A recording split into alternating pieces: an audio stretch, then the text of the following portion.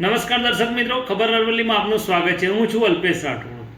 છેલ્લા 20 દિવસમાં અરવલ્લી જિલ્લાની પોલીસ બુટલેગરો અને ગેરકાયદેસર ચીજ વસ્તુઓની હેરાફેરી કરતા તત્વો સામે કાળરૂપ સાબિત થઈ રહી છે। અરવલ્લી પોલીસ સિંગમ બનીને આવા બુટલેગરો પર ત્રાટકી રહી છે। એમાં છેલ્લા 20 દિવસમાં પોલીસે 4 કરોડ રૂપિયા ઉપરાંતનો અંગ્રેજી દારૂ, દેશી દારૂનો મોટો જથ્થો ઝડપી પાડ્યો છે। અરવલ્લી પોલીસે આવા 351 કેસ કરી 372 આરોપીઓ સામે કાર્યવાહી કરી છે। એટલે કહી શકાય કે અરવલ્લી પોલીસ છેલ્લા 20 દિવસમાં જો સિંગમ બની જતી હોય તો આટલા વર્ષોમાં કેમ શાંત બેસી રહી હતી। અરવલ્લી પોલીસ નવા પોલીસવાળાના આવતા જ જાણે કે રિચાર્જ થઈ હોય તેવું લાગી રહ્યું છે। જોકે બુટલેગરો પણ એમાં અવનવા પેંતરા અપનાવી અને દારૂ ઘુસાડવાની પ્રવૃત્તિ તો કરી જ રહ્યા છે। એમાં એક પેંતરા પ્રમાણે તેઓ અંતરિયાળ રસ્તા પસંદ કરી રહ્યા છે। નાના નાના વાહનોમાં અંતરિયાળ રસ્તાઓ અને ગામડાઓના રસ્તામાં વહેલી સવારે જો લોકો જાગ્યા પણ ના હોય એ ટાઈમે વાહનો લઈને નીકળી જતા હોય છે। પૂર ઝડપે નીકળતા વાહનો જોકે લોકો અટકાવવા માટે કોઈ પ્રયત્ન કરી શકતા નથી, કારણ કે દરેકને પોતાનો જીવ વાલો હોય છે।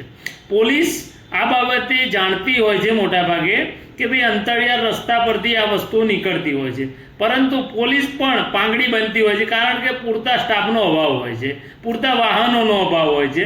ત્યારે અરવલ્લી પોલીસ અને અરવલ્લી જિલ્લા પોલીસવાળાને એક મારી નમ્ર વિનંતી છે કે આપની પોલીસને ટેકનિકલી એકદમ સક્ષમ બનાવો અને એની સાથે સાથે એમને વાહનો પણ ફાળવો અને ગામડાઓના રસ્તાઓ પર વહેલી સવારે, મોડી રાત્રે અને ખરાબ બપોરે પેટ્રોલિંગ કરવામાં આવે તો અનેક આવા તત્વો બીજા પકડાય એવા છે અને બીજી ગેરકાયદેસર વસ્તુઓ જેવી કે ગાંજો, ચરસ, અફીણ આ ટાઈપની વસ્તુઓ પણ અરવલ્લી જિલ્લાના ગ્રામ્ય વિસ્તારોમાં વેચાતી હોય છે, એ પણ પકડી શકાય એમ છે। જો આવો કરવામાં આવશે તો અરવલ્લી જિલ્લો એકદમ એવું કહી શકાય કે ભાઈ બુટલેગર મુક્ત અને નશા મુક્ત જિલ્લો બની રહેશે। ગુજરાત રાજ્ય નશાબંધી નીતિને વરેલું રાજ્ય છે અને તેમાં અત્રેનો અરવલ્લી જિલ્લો રાજસ્થાન સાથેનો સરહદી જિલ્લો હોય નશાબંધીની બધી ડામવા માટે અરવલ્લી પોલીસ દ્વારા છેલ્લા 20 દિવસમાં સતત ડ્રાઈવ રાખી અને કુલ 372 આરોપીઓ વિરુદ્ધમાં ગુનો નોંધવામાં આવેલા છે।